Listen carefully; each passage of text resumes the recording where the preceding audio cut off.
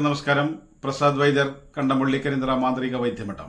ഏറ്റവും പ്രധാനപ്പെട്ട ഒരു കാര്യം, നമ്മൾ ഓരോ വ്യക്തികൾക്കും ഇഷ്ടദേവനെ എങ്ങനെ പൂജിക്കാം, എങ്ങനെ പരിപാലിക്കാം, എങ്ങനെയാണ് ആ ഇഷ്ടദേവന്റെ അനുഗ്രഹം നമ്മളിലേക്ക് നിലനിൽക്കാനും അത് കൊണ്ടു നടക്കാനും അതെങ്ങനെയാണ് ആചരിക്കുക എന്നുള്ളതിനെ കുറിച്ചൊക്കെ വളരെ വ്യക്തമായി പറയുന്ന ഒരു കാര്യമാണ്. അപ്പോൾ അതുകൊണ്ട് സ്കിപ്പ് ചെയ്യാതെ കാണുക. വ്യക്തമായി മനസ്സിലാവണമെങ്കിൽ നമ്മൾ സ്കിപ്പ് ചെയ്ത് കണ്ടു കഴിഞ്ഞാൽ അതിനെക്കുറിച്ച് കൂടുതലായിട്ട് ഒരു ധാരണ ഉണ്ടാവില്ല. ആദ്യമായിട്ടാണ് നമ്മുടെ ചാനൽ കാണുന്നത് എന്നുണ്ടെങ്കിൽ ചാനൽ സബ്സ്ക്രൈബ് ചെയ്യുക. ബെല്ലൈക്കൺ അമർത്തി കഴിഞ്ഞാൽ വൈദ്യം, ജ്യോതിഷം, മാന്ത്രികം നിങ്ങളുടെ വിരൽ തുമ്പിലുണ്ടായിരിക്കും.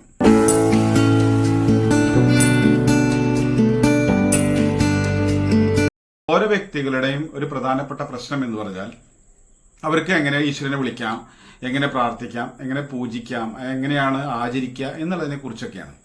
അത് ആണായാലും പെണ്ണായാലും ആർക്കും നമുക്ക് ഇഷ്ടദേവനെ പൂജിക്കാൻ ഉള്ളത് പൂർണ്ണമായും പഠിക്കാം എന്നുള്ളതാണ്. അത് വളരെ സിമ്പിളായിട്ട് തന്നെ സംസ്കൃത വാക്കുകളൊക്കെ വായിക്കാൻ കിട്ടുമോ, അത് മനസ്സിലാവില്ലേ, അങ്ങനെയൊക്കെയുള്ള പല പല ചിന്തകളായിട്ട് നടക്കുന്ന ഒരുപാട് പേരുണ്ട്.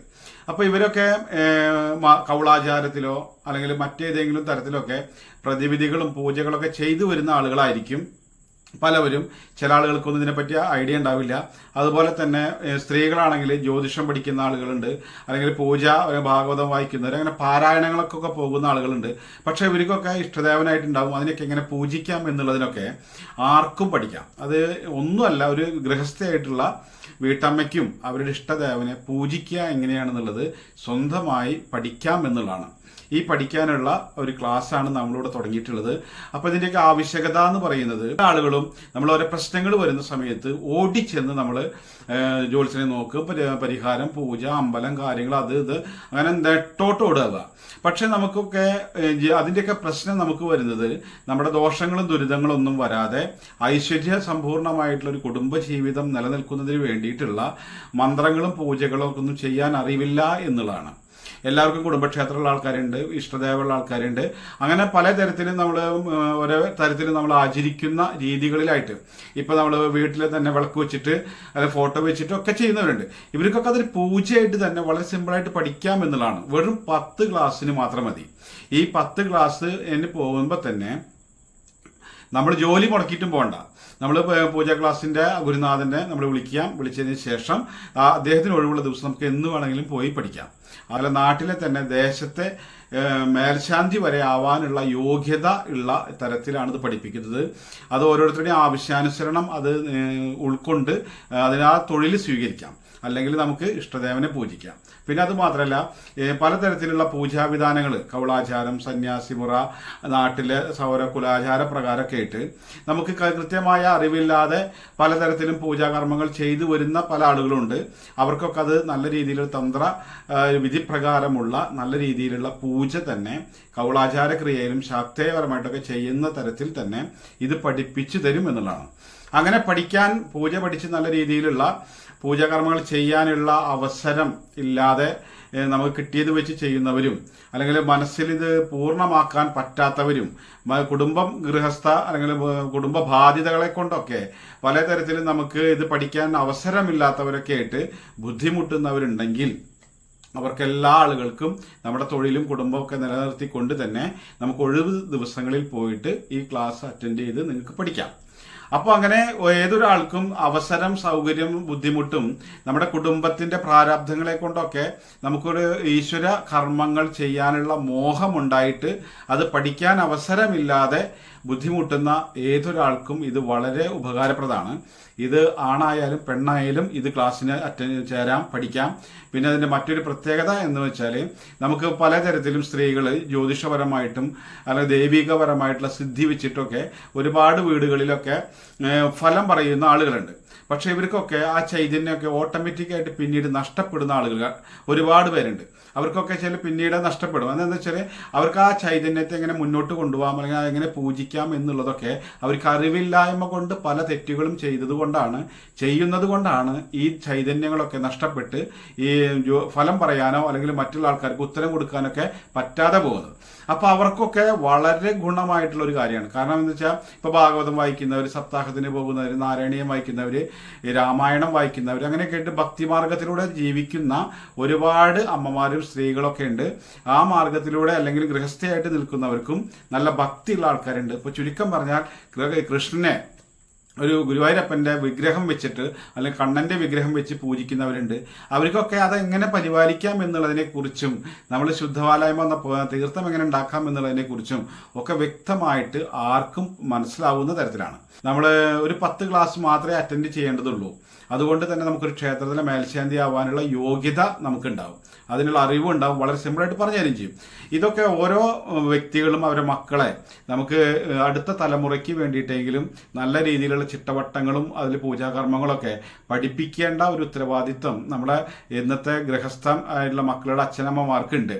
കാരണം എന്താണെന്ന് വെച്ചാൽ അവരെ നല്ല വഴിക്ക് നയിക്കാനും അതുപോലെ തന്നെ നല്ല മാർഗത്തിലൂടെ ജീവിക്കാനും നല്ല ഈശ്വരഭക്തിയോടുകൂടി ജീവിക്കാനൊക്കെ അവർ ചെറുപ്പത്തിൽ തന്നെ പ്രേരിപ്പിക്കലും അതിനോട് ബന്ധപ്പെട്ട രീതിയിലേക്ക് മാറാൻ നല്ല സൽസ്വഭാവത്തോടു കൂടിയിട്ടുള്ള ചിന്തയും ബുദ്ധിയും അറിവും ഒക്കെ അവരിൽ വളർത്തിയെടുക്കാനൊക്കെ ഏറ്റവും നല്ലത് ഈ ഭക്തി മാർഗം തന്നെയാണ്. ഭക്തി എന്നത് നിരീശ്വരമായിട്ടല്ല, യഥാർത്ഥത്തിൽ ആത്മാർത്ഥമായിട്ടുള്ള ദേവനെ പരിപാലിക്കാനും അതിന് ചിന്തകളും ആ ബുദ്ധിയും ഒക്കെയാണ് ഇതിലുണ്ടാവുക.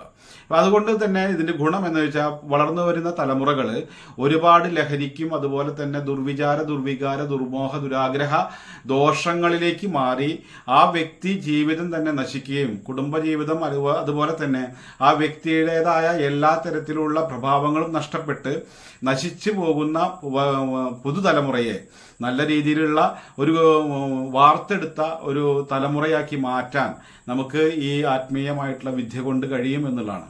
അപ്പോൾ ഒരു പൂജ പഠിക്കുമ്പോൾ ഒരു വ്യക്തി എങ്ങനെയായിരിക്കണം, എന്തായിരിക്കണം, അതൊക്കെ വളരെ ലളിതമായിട്ട് ആർക്കും മനസ്സിലാവുന്ന തരത്തിലും അത് ചെയ്ത് കാണിച്ച് മനസ്സിലാക്കി തരുന്നത് കൊണ്ട് തന്നെയാണ് ഇത് വളരെ സിമ്പിളായിട്ട് മനസ്സിലാവുമെന്ന് പറയുന്നത്.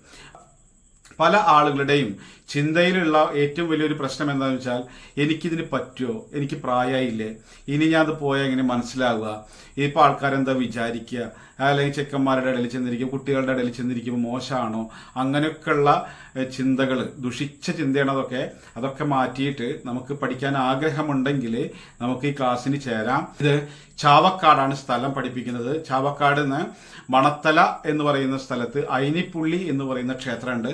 ഈ ക്ഷേത്രം എന്ന് പറയുന്നത് ഈ ക്ഷേത്രമാണ്.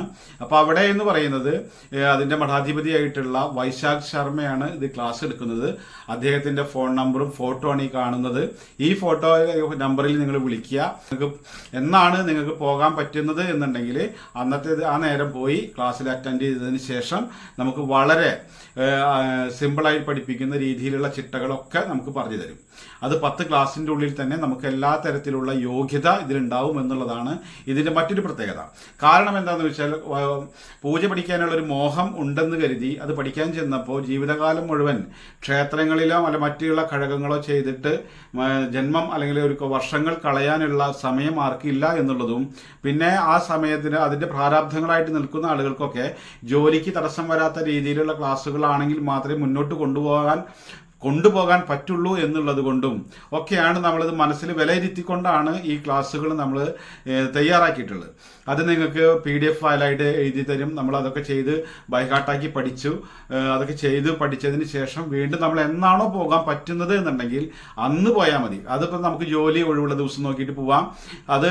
അതുപോലെ നമുക്ക് മറ്റ് പ്രശ്നങ്ങളിൽ നിന്നൊക്കെ ഒഴിവാക്കിയിട്ട് പൈസ വരുന്ന പല കാര്യങ്ങളിലും മുടക്കിക്കൊണ്ട് അല്ലെങ്കിൽ നേട്ടമുള്ളത് മുടക്കിക്കൊണ്ട് നമ്മൾ പൂജാ ക്ലാസ്സിനായിട്ട് പോയി പഠിക്കേണ്ടി വരുന്ന ഒരവസ്ഥയില്ല.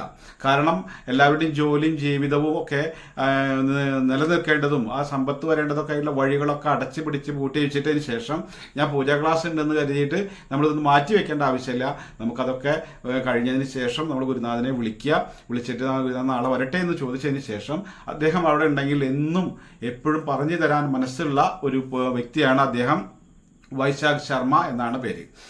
ചാവക്കാട് ആണ് നമ്മൾ ബസ് ഇറങ്ങിയതിന് ശേഷം പുതുപൊന്നാനി റോട്ടിൽ ആണ് പോവുക. ആ പുതുപൊന്നാനി റോട്ടിൽ പോയതിന് ശേഷം അവിടെ മണത്തല എന്ന് പറയുന്ന സ്ഥലത്ത് അയിനിപ്പുള്ളി ക്ഷേത്രമുണ്ട്.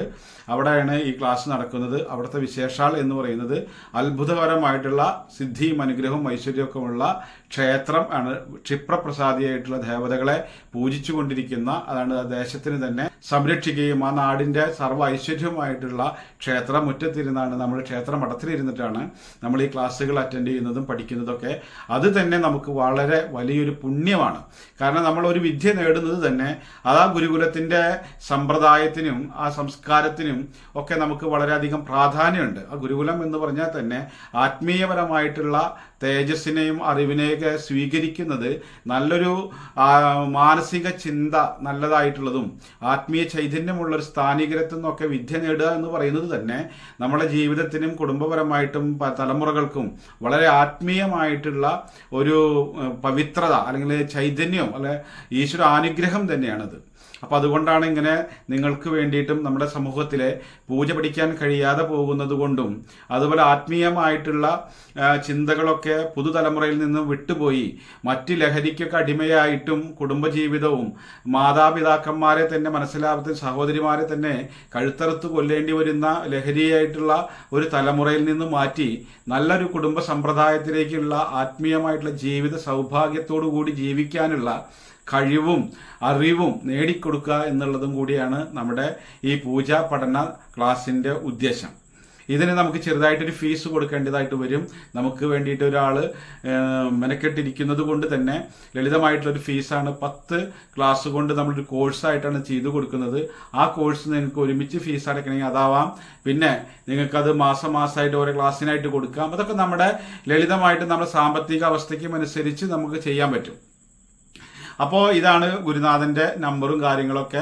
ഈ നമ്പറിൽ വിളിക്കുക. അദ്ദേഹത്തെ വിളിച്ചതിന് ശേഷം നിങ്ങൾ പൂജാ പഠനത്തിന് വേണ്ടിയിട്ട് തയ്യാറാവുക. ഇതൊക്കെ നമ്മുടെ വളർന്നു വരുന്ന തലമുറയെ പുതിയ ക്ലാസ്സിലേക്ക് ചേർക്കാൻ നിങ്ങൾ ശ്രമിക്കുക. അവർക്കൊക്കെ നല്ലൊരു ആത്മീയ ബോധം ഉള്ളിലുണ്ടെങ്കിൽ മറ്റൊരു ദുഷിച്ച കർമ്മപ്രവൃത്തിക്ക് വേണ്ടി ആരും ഇറങ്ങില്ല എന്നുള്ളത് ഒരു ആത്മവിശ്വാസം ഈ ആത്മീയ പരമായിട്ടുള്ള ഈ കാര്യങ്ങളിലൊക്കെ ഉള്ളത് കൊണ്ട് തന്നെയാണ് ഇത് പ്രത്യേകം എടുത്തു പറയുന്നത്. അപ്പോൾ ആർക്കെങ്കിലും ഉണ്ടെങ്കിൽ അതിന് ചേരുക. അപ്പോൾ ഇതുപോലെയുള്ള വൈദ്യം, ജ്യോതിഷം, മാന്ത്രികം എന്നുള്ള വീഡിയോകളാണ് നമ്മൾ അപ്ലോഡ് ചെയ്യാറ്. ആദ്യമായിട്ട് ചാനൽ കാണുന്നവരാണെങ്കിൽ ചാനൽ സബ്സ്ക്രൈബ് ചെയ്യുക. ബെല്ലൈക്കൺ അമർത്തി കഴിഞ്ഞാൽ വിരൽ തുമ്പിലുണ്ടായിരിക്കും ഞാൻ.